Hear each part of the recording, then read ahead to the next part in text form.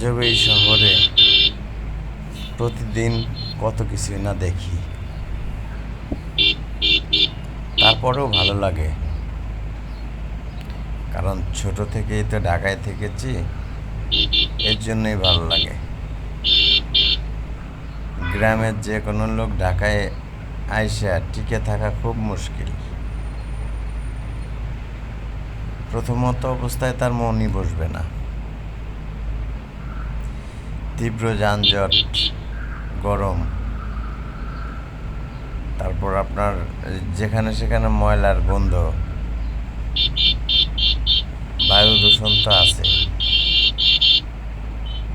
আবার কিছু কিছু এলাকা এরকমের ফ্রেশ, খুব ভালো লাগে এসব এলাকা।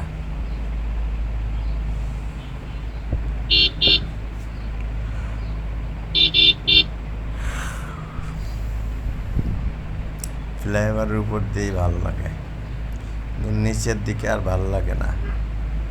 নিচে শুধু জ্যাম আর জ্যাম।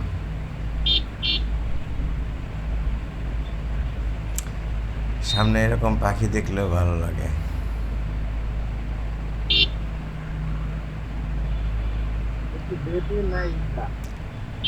তো ছুটে চলা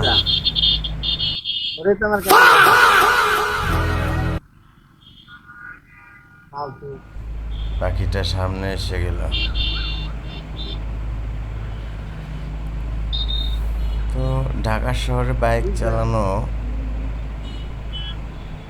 এক প্রকারের ইজি, বড় কোনো দুর্ঘটনা হয় না। বড় দুর্ঘটনা হয় আপনার হাইওয়েতে।